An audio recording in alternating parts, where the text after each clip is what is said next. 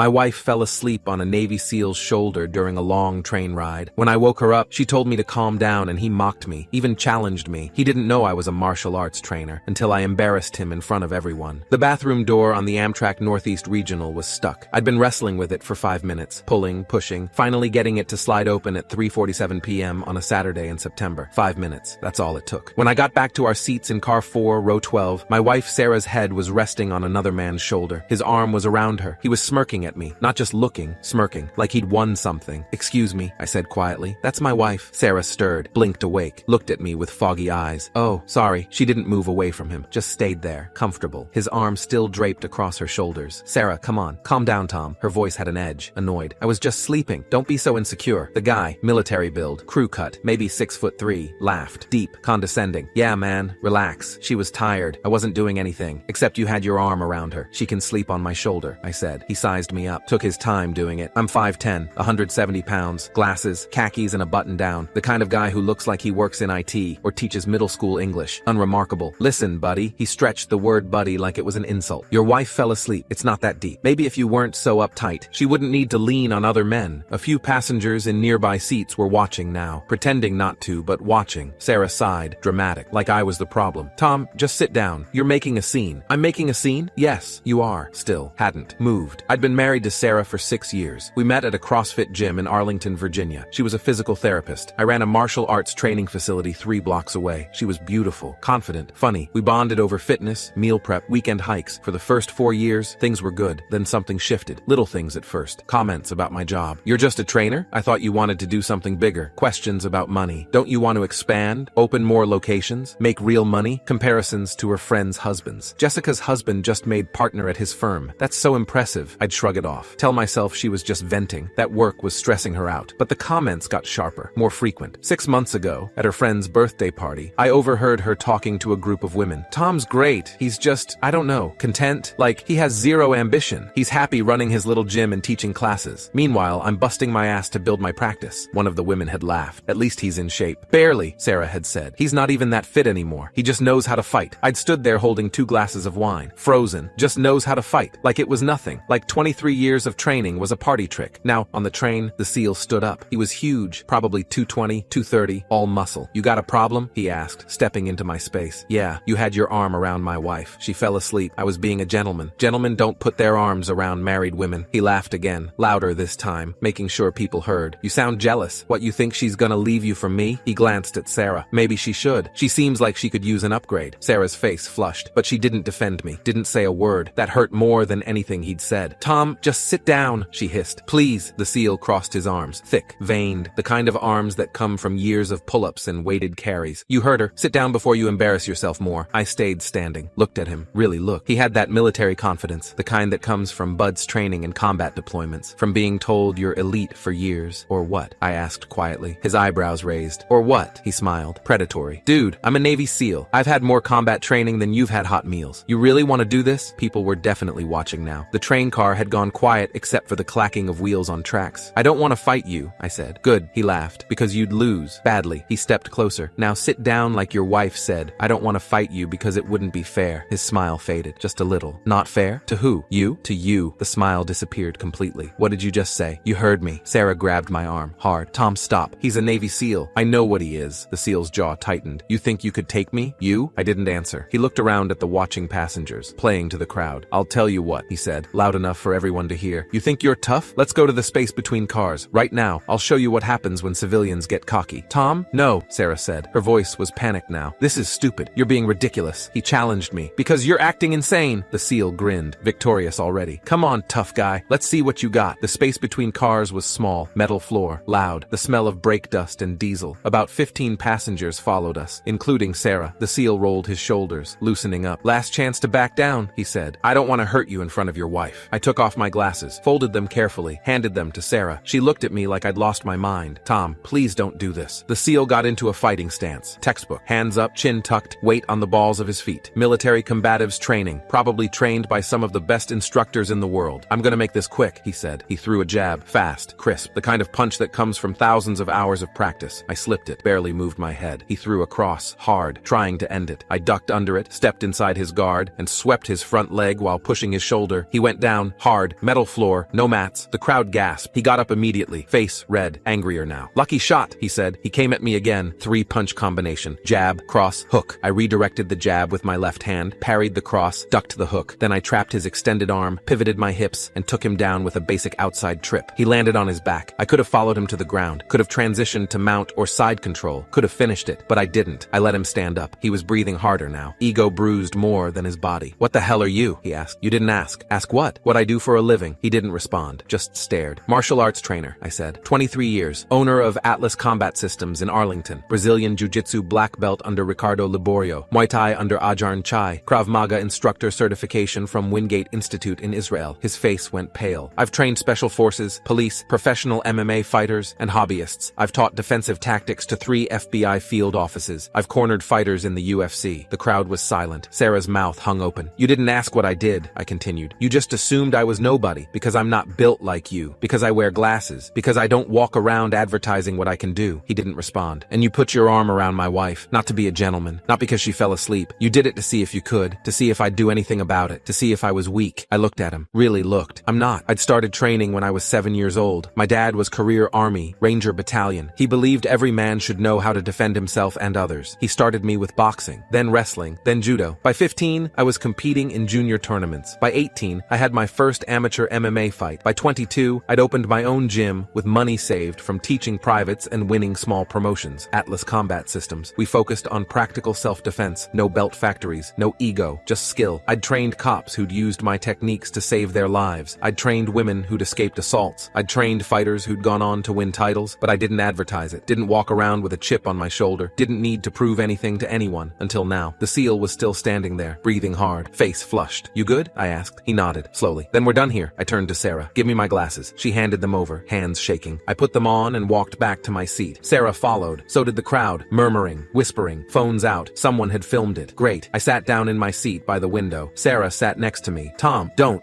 You sided with him, I said quietly. In front of everyone. You told me to calm down. Told me I was making a scene. Told me I was being ridiculous. I thought, you didn't defend me once. Not when he mocked me. Not when he challenged me. Not when he said you could use an upgrade. Her face crumpled. I'm sorry. You were embarrassed by me standing up for myself, not by him disrespecting our marriage. That's not true. It is true. Because if it wasn't, you would have moved away from him when I asked. You would have told him to take his arm off you. You would have said something, anything, to show you were on my side. Tears were running down her face now. Tom, please. But you didn't. You chose his comfort over my dignity, his pride over my feelings. And when I called you out, you made me the villain. I made a mistake. Yeah, you did. The train was pulling into Penn Station, New York, our stop. I grabbed my bag from the overhead compartment. When we get off this train, I said, I'm getting a hotel, alone. You can figure out your own way back to Virginia. Tom, no, please. We can talk about this. There's nothing to talk about. Yes, there is. I was wrong. I see that now. Please don't do this. The train stopped. Doors opened. I stood up. Sarah grabbed my arm. Where are you going? Away from you. Tom, I pulled my arm free, gently but firmly. You told me to calm down when another man had his arm around you. You sided with him when he mocked me. You let him say I wasn't good enough, that you deserved better. I didn't say that. You didn't have to. Your silence said it for you. I stepped into the aisle. The SEAL was a few rows back, looking down, avoiding eye contact. Sarah followed me onto the platform. Tom, please, we've been together 6 years. You can't throw that away because of one mistake. This isn't about one mistake, I said. This is about you showing me exactly where I stand. And it's not next to you. It's wherever's convenient until someone bigger and stronger comes along. That's not true, isn't it? The second I left, you were leaning on someone else. And when I objected, you made me the problem. People were flowing around us, heading to exits, to connecting trains, to their lives. I made a mistake, Sarah whispered. Yeah, and I just humiliated a Navy SEAL to prove a point to a wife who wasn't even worth defending. Her face went white. You don't mean that, don't I? I started walking toward the taxi stand. She followed. Tom, don't do this. Please, I love you. I stopped, turned. Do you? Because people who love each other don't choose strangers over their spouse. They don't tell their spouse to calm down when someone disrespects them. They don't sit there silent while their partner gets mocked. I panicked. You sided with him. That's not panic. That's a choice. I kept walking. Tom, she called after me. Where are you going? I don't know, but not with you. I got a hotel room at the Marriott near Times Square. Checked in at 5:13 p.m. under just my name. The room was generic. Beige walls, white sheets, a view of another building. I sat on the edge of the bed and pulled out my phone. 47 missed calls from Sarah. 63 texts. I'm sorry. Please talk to me. Where are you? I messed up. Please, I love you. Tom, please. I turned off my phone. I'd been training people for 23 years, and the one thing I'd learned, the thing I told every student on their first day, was this. The biggest threat isn't the guy who looks dangerous. It's the guy who doesn't. The quiet one. The unassuming one. The one who trains in silence and doesn't need to prove anything. That seal had made assumptions based on appearances. So had Sarah. She'd looked at me and seen someone safe, boring, predictable, someone who wouldn't make waves or cause problems, someone content, and she'd resented me for it. The next morning, I woke up at 6 a.m., ran 5 miles through Central Park, hit a coffee shop on 53rd, sat outside with an Americano, and watched the city wake up. My phone had died overnight. I'd left the charger at home. Good. At 10 a.m., I found a Verizon store, bought a charger, plugged in my phone. It lit up with notifications. 147 missed calls, 212 texts, 3 voicemails. I listened to the voicemails. The first was Sarah, crying, "Tom, please call me back. I'm so sorry. I love you, please." The second was Sarah's sister. "Tom, Sarah called me. She's a mess. I don't know what happened, but please call her back. She needs you." The third was my business partner, Marcus. "Dude, you're going viral. Someone posted a video of you dropping a Navy SEAL on a train. It's got like 2 million views. What the hell happened?" I hung up, opened Twitter. Sure enough, video, grainy, shot from someone's phone. Guy embarrasses Navy SEAL on train after SEAL hits on his wife. 2.4 million views. Comments ranged from supportive to brutal. "That slip was beautiful. SEAL got humbled. Don't mess with quiet dudes. His wife is trash for siding with the SEAL. This man is a legend." I closed the app. At 2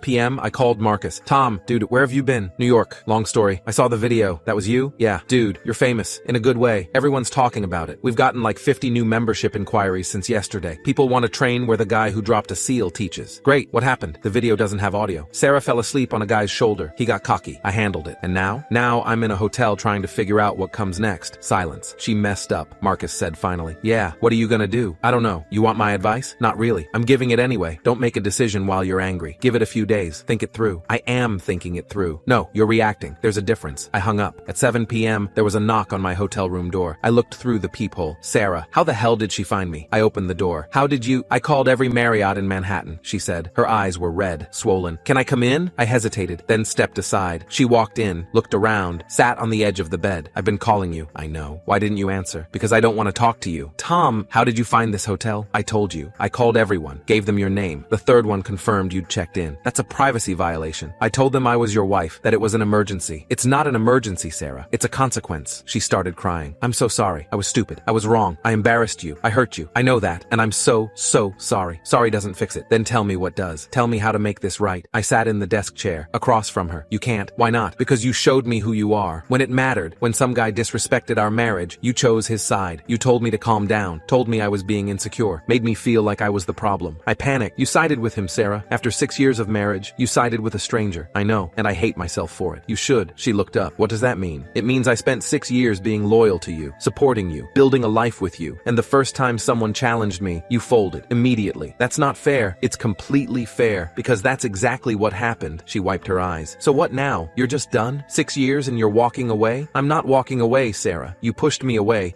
You just didn't realize it until I actually left. I don't want to lose you." "Then why did you risk it?" She didn't have an answer. We sat in silence for a long time. Finally she spoke. "Can we go to therapy? Try to fix this?" "I don't know." "Please, Tom. I'm begging you. I made a mistake. One mistake. Don't end our marriage over it. It's not one mistake. It's a pattern." "What pattern?" "The comments, the comparisons, the jokes about me not having ambition, about being content, about not making enough money or pushing hard enough. You've been pulling away for months. This was just the moment it became obvious." Her face crumpled. "I didn't mean those things." "Yes, you did. You just didn't think I'd actually do anything about it. What do you want from me?" "I want you to understand what you did, not just apologize. Understand." "I do understand." "No, you don't. Because if you did, you wouldn't have sided with him. You wouldn't have told me to calm down. You wouldn't have made me feel like I was overreacting when another man had his arm around you." She was quiet. "You want to know what hurt the most?" I asked. "What?" "That you didn't defend me. Not once. Not when he mocked me. Not when he said you deserved better. You just sat there, silent, like you agreed with him." "I didn't." "Your silence said you did." Sarah left at 9:30 p.m. Before she walked out, she turned. "I love you, Tom. I know I screwed up, but I love you, and I'm not giving up on us." I didn't respond. She closed the door behind her. I sat in that hotel room for another hour. Then I booked a train back to Virginia for the next morning. When I got back to Arlington, I went straight to the gym. Marcus was there, finishing up a private lesson. "Hey," he said. "You good?" "No. Sarah came by yesterday, looking for you." "What did you tell her?" "That I didn't know where you were," which was true. "Thanks. So what's the plan?" "I don't know." "You gonna divorce her?" "Maybe." "You gonna try therapy?" "Maybe." "Super helpful, man." I almost smiled. "The viral video?" Marcus said. "It's blown up. We've got 50 new membership applications. People want to train with the guy who dropped a SEAL." "Great. It's good for business." "I know, but it's bad for your marriage." "Yeah." Marcus looked at me. "You know what I think?" "What?" "I think you're done. I think you made your decision on that train and everything after is just you processing it." "Maybe. You love her?" "I thought I did. But now? Now I don't know. Because the woman I loved wouldn't have done what she did." 3 weeks later, Sarah and I met with a divorce attorney. Jennifer Park, family law specialist, 14 years of experience. Her office was in a high-rise in Rosslyn. Glass walls, modern furniture, a view of the Potomac. So, Jennifer said, you've been married 6 years. No children, no joint property except the house. This should be relatively straightforward. Sarah started crying. I didn't. We can mediate, Jennifer continued. Figure out asset division. Sell the house and split proceeds. File uncontested. Should take about 4 months. I don't want a divorce, Sarah said. Jennifer looked at me. Tom, I do. Why? Sarah asked. Because of one mistake? Because you chose a stranger over me. Because you've been pulling away for months. Because I'm tired of being resented for being content. I don't resent you. Yes, you do. You resent that I'm happy running my gym, that I'm not chasing promotions or expansions or money. You resent that I don't have ambition in the way you define it. That's not true. Sarah, Jennifer interrupted gently. If Tom wants a divorce, arguing won't change his mind. We need to focus on making this process as smooth as possible. Sarah looked at me. Is there anything I can do? Anything at all? No, please, Tom. Give me one more chance. I gave you chances. Every time I told you a comment hurt. Every time I asked you to stop comparing me to other people. You had chances. You didn't take them. She was sobbing now. Full, heaving sobs. I felt nothing. Just empty. We'll start the paperwork, Jennifer said. 6 months later, the divorce was finalized. I bought Sarah out of the house, kept the gym, moved forward. Atlas Combat Systems exploded in popularity after the viral video. We doubled our membership, opened a second location. I hired 3 new instructors. Life was good. Different, but good. Sarah moved to Seattle. Her sister lived there. Fresh start. We didn't talk. On what would have been our 7th anniversary, Marcus asked me if I regretted it. Regret what? I asked. Leaving her. I didn't leave her. She pushed me away and I stopped holding on. You know what I mean? No, I don't regret it. Why not? Because she showed me who she was. And I believed her. That's cold, man. Maybe, but it's honest. 2 years after the train incident, I got a message on LinkedIn from the SEAL. Hey man, I know this is random, but I wanted to reach out. What happened on that train was embarrassing. For me, you were right. I was being cocky, disrespectful. I made assumptions. I was wrong. I'm sorry. Also, I looked you up. Atlas Combat Systems is legit. I'm impressed. Respect. I didn't respond immediately. Let it sit for a few days. Then replied, thanks for reaching out. Takes a lot of humility to apologize. Respect. If you're ever in Virginia, stop by the gym. First class is free. He never took me up on it, but the gesture mattered. People ask me sometimes if I think about Sarah, if I miss her. The answer is no, not anymore. Because I learned something on that train. I learned that loyalty matters. That when someone shows you who they are, when they choose someone else's comfort over your dignity, you have to believe them.